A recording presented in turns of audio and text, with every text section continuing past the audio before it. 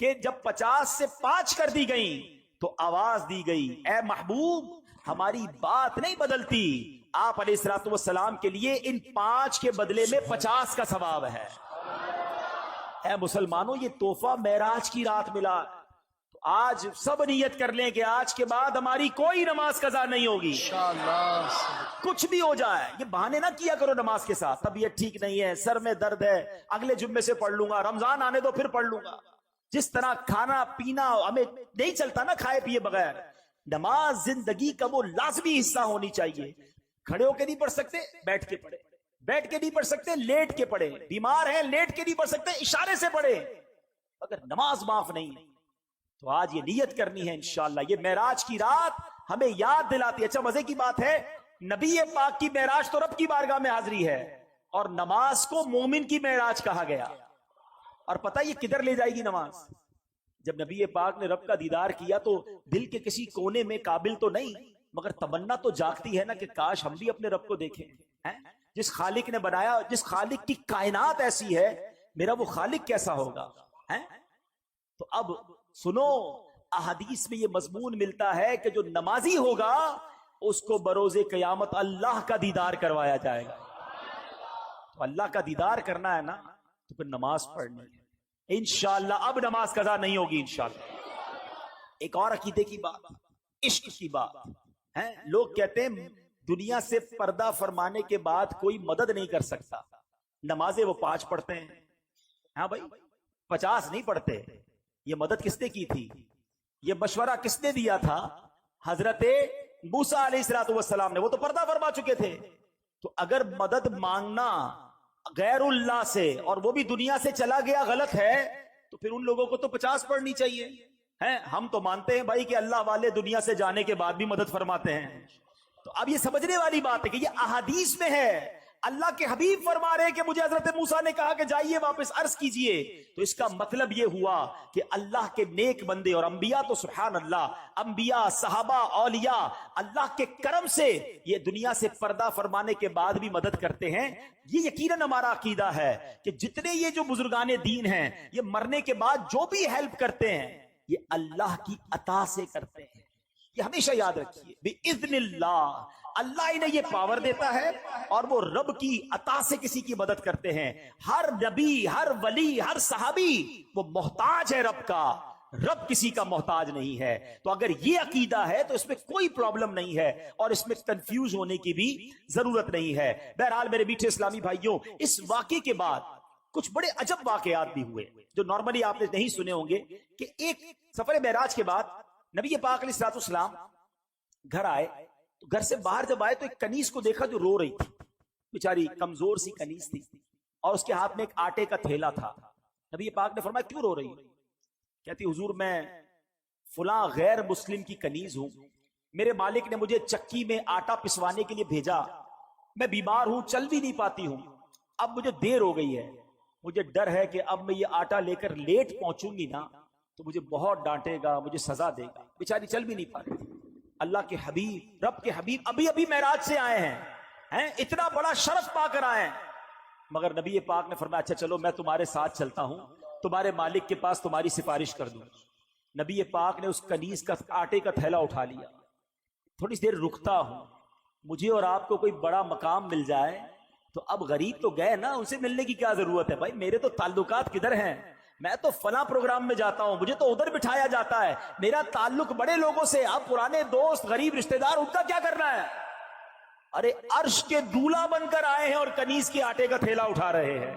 تیری عاجزی پہ لاکھوں، تیری سادگی پہ لاکھوں، وہ سلام عاجزانہ مدنی مدینے والے۔ سنو، میرے آقا اس کے گھر پہنچ گئے، دروازہ کھٹکھٹایا، وہ نبی پاک علیہ الصلوۃ والسلام کو جب دروازے پر غیر مسلم دیکھتا ہے تو ہکا بکا رہ گیا، جانتا تھا کہ یہ مسلمانوں کے نبی ہیں، تو کہا آپ کیسے تشریف لائے؟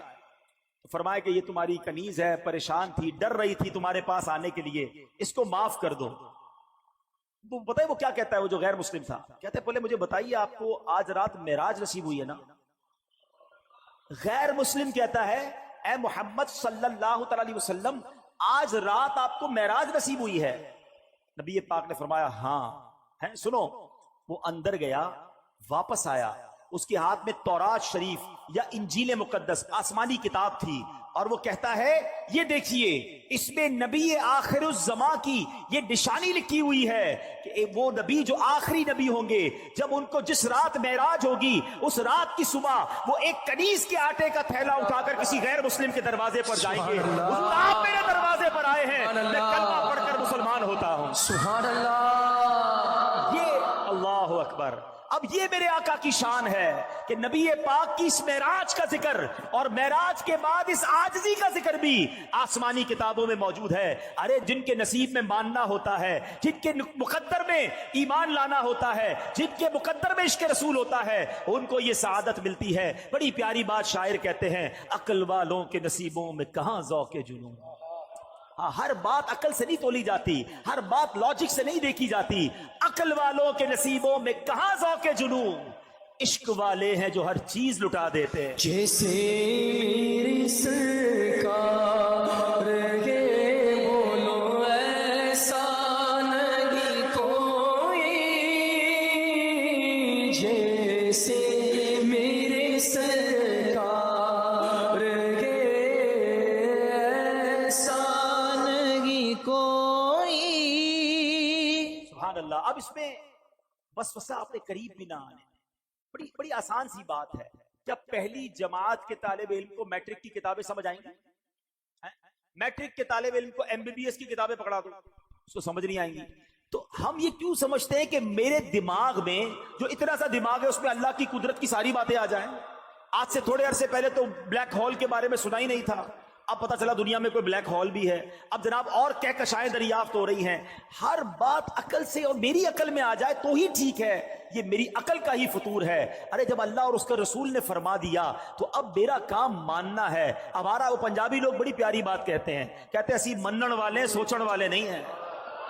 منن والے بنے، ماننے والے بنے، ہمارا کام لبیک کہنا ہے۔ مجھے بتاؤ نا، آج سے 50 سال پہلے کوئی سوچ سکتا تھا کہ کوئی ایسا فون بھی ہوگا جس میں تار نہیں ہوگا؟ اچھا جناب، اس میں ہم آواز کے ذریعے بھی بات کریں گے، ویڈیو کے ذریعے بھی ایک دوسرے کو دیکھ سکیں گے۔ سچی بات بتاؤں، یہ کرامتیں معجزات سمجھانا اب سائنس نے بڑا آسان کر دیا ہے۔ پیران پیر دستگیر کیا کہتے ہیں؟ فرماتے ہیں، نظرت الی بلاد اللہ جمعا کخردلۃ علی حکم اتصالی۔ غوث پاک کہتے ہیں میں اللہ کے شہروں کو اس طرح اپنی ہتھیلی پہ دیکھتا ہوں جیسے رائی کے دانے کو دیکھتا ہوں۔ اب جناب باقی لوگ، ہو سکتا ہے کسی کے ذہن میں وسوسہ آئے کہ یہ کیسے ممکن ہے کہ غوث پاک بغداد میں ہوں اور ساری دنیا کو ہتھیلی پہ دیکھیں۔ اب سائنس نے بڑا آسان کر دیا، 5-10 ہزار کا موبائل لے لو، 100 روپے کا انٹرنیٹ ڈلوا لو، گوگل کی اپلیکیشن ڈالو، بولو دنیا کا کون سا شہر دیکھنا ہے، تو آڈا گھر بھی اس میں نظر آ سکتا ہے۔ ذرا سرچ کرو تو آپ کی گلی نظر آتی ہے۔ ارے مجھ جیسا گناہگار چھوٹے سے موبائل کو لے کر ساری دنیا دیکھے، میرا غوث اگر اللہ روحانی کنیکشن دے دے تو تمہیں کیا اعتراض ہے؟ تو اے میرے میٹھے اسلامی بھائیوں، اپنے اللہ نے اپنے ولیوں کو، صحابہ کو، اولیاء کو، انبیاء کو یہ کمالات عطا کیے ہیں، اس میں ہمیں سوچنا نہیں چاہیے۔ ایک آخری واقعہ سنا کر بیان ختم کرتا ہوں۔ واقعہ بڑا کمال کا ہے۔ ایک شخص شیخ شہاب الدین سہروردی رحمۃ اللہ تعالی علیہ فرماتے ہیں کہ شیخ ابن سکینہ کا ایک مرید تھا، اس کی ذمہ داری تھی کہ وہ ہر جمعے کو جو صوفیاء کرام نماز کے لیے آتے تھے ان کی جا نماز وغیرہ مسجد میں بچھاتا تھا، پھر نماز کے بعد فارغ ہو جاتے تو مصلی واپس اٹھا کر خانقاہ میں رکھ دیتا۔ تو اس کو وسوسے آتے تھے معراج کے حوالے سے، کیسے ہو سکتا ہے، اتنا بڑا سفر بھی ہوا، رات بھی نہیں بیتی، تو اس کو وسوسے آتے رہتے تھے۔ وہ جا نماز لے کے، جمعے کا دن تھا، وہ نکلا اپنے گھر سے، کہا بھی ٹائم ہے، راستے میں دریا دجلہ آیا تو اس نے وہاں کہا تھوڑی دیر میں نہا لیتا ہوں۔ اس نے جا نماز وغیرہ رکھی، کچھ کپڑے وپڑے اتارے اور دریا میں لگایا غوطہ۔ جیسے ہی غوطہ لگایا تھوڑی دیر بعد ڈبکی لے کے باہر نکلا تو سارا منظر ہی چینج، کپڑے بھی نہیں، مسلح بھی نہیں، بالکل نیا کنارہ۔ بڑی مشکل سے جسم ڈھانپتا ڈھونپتا باہر نکلا، معلوم کیا میں کدھر ہوں، تو کہا یہ تو مصر ہے۔ ڈبکی لگائی بغداد میں اور نکلا مصر میں۔ اب اس کو اندازہ، اچھا اس زمانے میں تو کوئی ٹیلی فون نہیں تھا کہ گھر والوں کو بتاتا میں ادھر آ گیا ہوں، یا کوئی فیکس کر دیتا، کہا اب تو لگتا ہے زندگی ادھر ہی گزرے گی۔ وہ گیا کسی سونار کے پاس، سونار سے کام وام سیکھا، نوکری کرنا شروع کی، اور وہاں اس سونار نے جب اس کا کام اچھا دیکھا، کچھ عرصے بعد اپنی بیٹی سے اس کی شادی کر دی۔ 7 سال یہ بندہ ادھر ہی رہا، 7 سال کے اندر اس کے 3 بچے بھی پیدا ہو گئے۔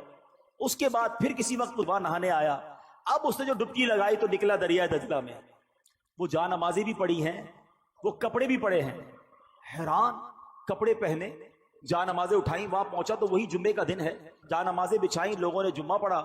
اس کے بعد پیر صاحب کے پاس آیا اور پیر صاحب کو کہا کہ پیر صاحب ایسا ایسا واقعہ ہوا ہے, آج ہی کے دن میں 7 سال گزار کر آ گیا ہوں.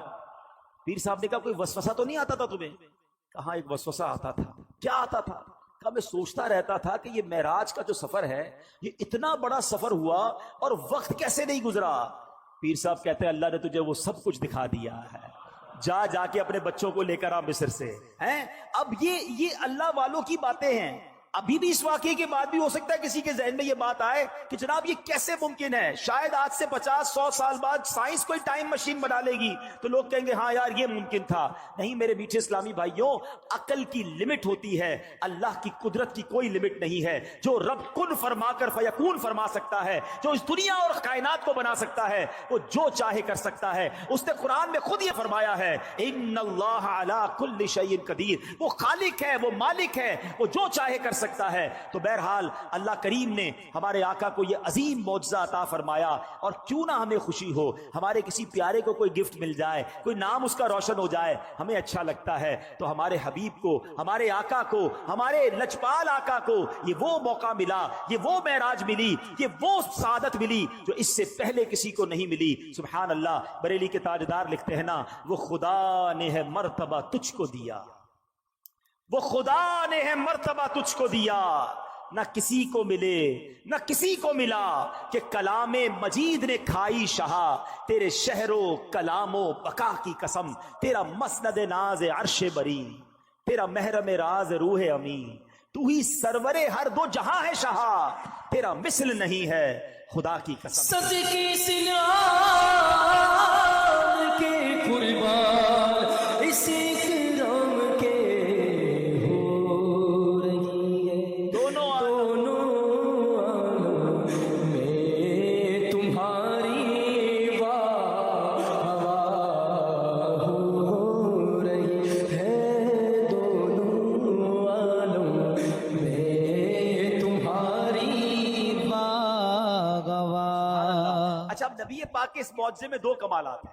کمالات تو بہت سارے ہیں. ایک تو یہ کہ پیارے آقا نے یہ لانگ ٹریول کیا اور ٹائم نہیں لگا, ایک یہ کمال ہو گیا, یعنی ٹائم رک گیا. دوسرا کمال یہ ہوا کہ نبی پاک نے فیوچر میں ٹریول کر لیا. یہ جو نبی پاک نے جنت دیکھی, جہنم کے طبقات دیکھے, یہ سب ہونا ہے, یہ ہوا نہیں ہے. قیامت ہوگی, نبی پاک ہی جنت کا دروازہ کھولیں گے, پھر لوگ جنت میں جائیں گے اور جہنم میں جائیں گے جب حساب کتاب ہو جائے گا. یعنی ہزاروں سال کے بعد جو ہونا ہے میرے آقا نے وہ بھی جا کر دیکھ لیا. یہ بھی نبی پاک کی شان ہے. نبی پاک علیہ الصلوۃ والسلام چل رہے تھے تو اپنے سے آگے کسی کے قدموں کی آہٹ سنی. جبریل امین سے پوچھا یہ کس کے قدموں کی آواز ہے؟ فرمایا بلال حبشی کے قدموں کی آواز. آقا معراج سے واپس آئے, کہا بلال ایسا کون سا عمل کرتے ہو کہ میں نے جنت میں اپنے آگے تمہاری قدموں کی آواز سنی. حضرت بلال عادسی سے کہتے ہیں حضور عمل تو کوئی نہیں, بس جب بے وضو ہوتا ہوں فوراً وضو کر لیتا ہوں, اور جیسے ہی وضو کرتا ہوں 2 رکعت نفل ادا کر لیتا ہوں. تو تحیت الوضو یہ وہ عمل ہے, اور با وضو رہنا وہ عمل ہے کہ نبی پاک نے حضرت بلال کی قدموں کی آواز جنت میں سنی. میرے آقا نے جنت کے ایک دروازے پر لکھا ہوا دیکھا کہ صدقے کا ثواب 10 گنا ہے اور قرضے کا ثواب 18 گنا ہے. یہاں یہ بات بھی سمجھنی ہے. علماء فرماتے ہیں کہ صدقہ جو ہے نا, یعنی مدد, یہ ہر بندہ مانگ رہا ہوتا ہے, بعض اوقات ضرورت مند نہیں ہوتا پھر بھی مانگ رہا ہوتا ہے, مگر نارملی قرضہ وہ مانگتا ہے جو ضرورت مند ہو اور اسے لوٹانا بھی ہو. تو یہاں میں ایک مشورہ دوں گا. تو آپ نے کیا کرنا ہے کہ آپ نے اپنے بجٹ کا, اپنے مال کا ایک حصہ ایسا رکھیں جو آپ قرضہ دیا کریں.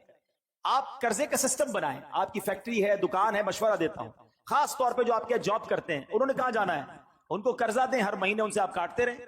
لیکن کیا ہوگا, اس کی فضیلت سنیے. حدیث پاک میں ہے, اس کا مضمون ہے کہ اگر کوئی بندہ کسی کو قرضہ دے, مثال کے طور پہ آپ نے کسی کو 50,000 روپے, لاکھ روپے قرضہ دیا 1 مہینے کے لیے, تو حدیث پاک کے مضمون کے مطابق اسے روزانہ 1 لاکھ صدقہ کرنے کا ثواب ملے گا. اعلیٰ حضرت فرماتے ہیں میں روزانہ اتنے 1000 روپے کا صدقہ کرتا ہوں, ثواب کماتا ہوں. کہا کیسے؟ کہ میں نے اتنے 1000 روپے قرضہ دیا ہوا ہے, مجھے روز اتنے پیسے صدقہ کرنے کا ثواب ملتا ہے. اچھا جب وہ ٹائم آ جائے, یعنی آپ نے 1 مہینے کے لیے دیا, اب وہ بندہ کہتا